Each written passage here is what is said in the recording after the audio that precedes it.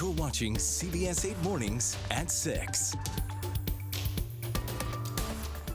New this morning, 2 people are dead after being hit by a car in Oceanside. This happened around 8:30 last night on Oceanside Boulevard near State Tree Drive. The street was closed for several hours but reopened overnight. Police are still investigating the cause of that crash. Thanks for joining us at 6 a.m. on this Friday. I'm Shannon Handy. And I'm Evan Irani. It is the morning after Thanksgiving. We know a lot of people were very busy last night making the food, you included, right? Making the food, eating the food. Well, I didn't make the exactly. food. I pre-ordered the food. And heated it up. Yeah. That still counts. We had some help. But that's still cooking to me. It's a lot of work, actually. So thank you to my family for doing that. That's right. We are waking up this morning to pretty cold temperatures to start off the day. By the afternoon, we're going to be shaping up pretty nicely. It may not feel quite like November and late November at that when you look at your forecast high temperatures, upper 70s inland. But keep in mind that this is going to be kind of an isolated day of warmer temperatures as those Santa Ana stay active. A wind advisory expires at noon, and after that expires, well, we're going to have some cooler temperatures and some onshore winds. May even see a chance of showers in the mix as we head toward early next week. All the details on that and more coming up.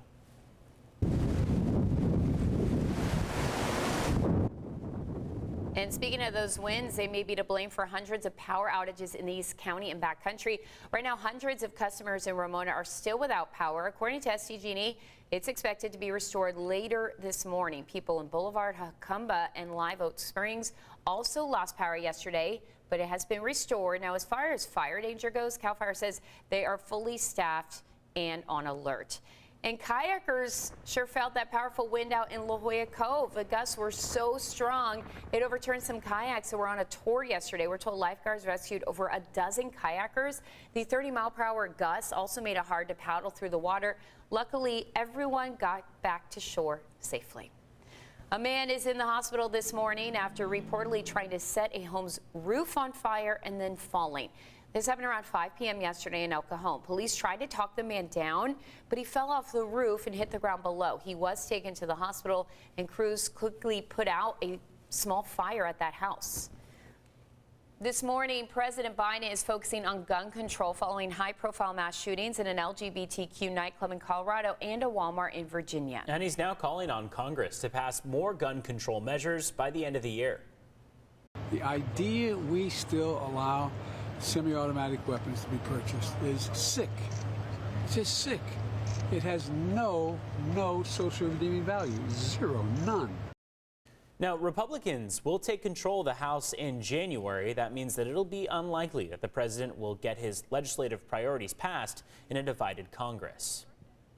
And this morning, San Diegans are getting ready to shop for Black Friday. I love the music too, the holiday music, right? Yes, I am now ready for the holiday music. Now that Thanksgiving's over, I will welcome Christmas decorations. The drive home from the Thanksgiving dinner, blasting the holiday tunes. So I'm all in favor of it. And we know the tradition is changing a bit for Black Friday with more people looking for deals online instead of in person in those stores. Yeah, I remember going out to Best Buy and watching the people that would sleep there on Thanksgiving and think, y'all are crazy, but you're saving money. CBS 8's Dana Marie McNichol has been live outside Plaza Bonita Mall in National City all morning. Dana Marie, I know it's been pretty slow out there. Do you see any shoppers? Is there a long line? Are people trying to fight their way into those stores? You know, there's no fighting today, thankfully. I think that might be a thing of the past that you guys were talking about. But here at Plaza Bonita, we're starting to see some cars fill up this parking lot. JCPenney's opened at 5 a.m. Macy's just opened. I'm looking over here. I don't see too many cars in front of Macy's, but we do know that after this post-pandemic time, a lot of the retailers have a lot of inventory because the supply chain has corrected itself. So now they're looking forward to moving some of that product out, and that's why the sales are going to be really good this Black Friday. They're going to lower prices on everything to make room and space for the things that they need to bring in for spring. We've had inflation this year. All of these are creating opportunities for retailers to make sure that they have their sales covered. Now, of the 114 million people hunting for bargains this Black Friday, more than 2/3 do say they're going to be shopping at a brick and mortar store.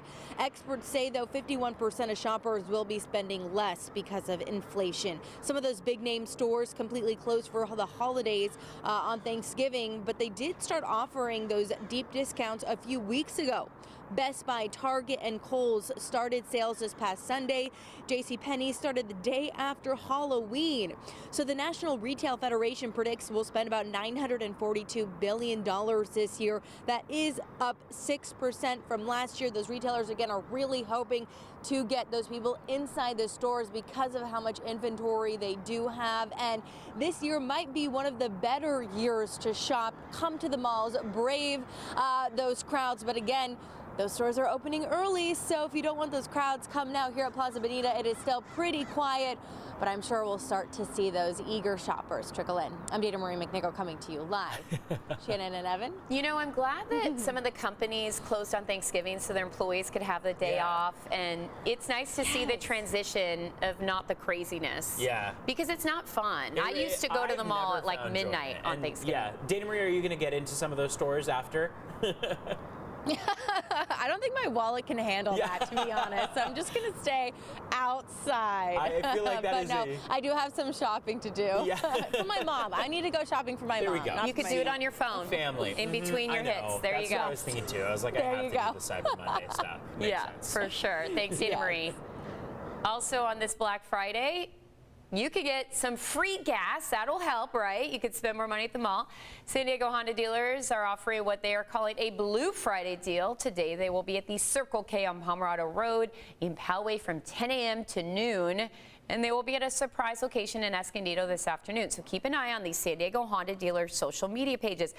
The deal is for the first 100 drivers who show up. The U.S. will take on England today in the World Cup. It's one of the biggest matches ever for Team USA after playing to a draw against Wales.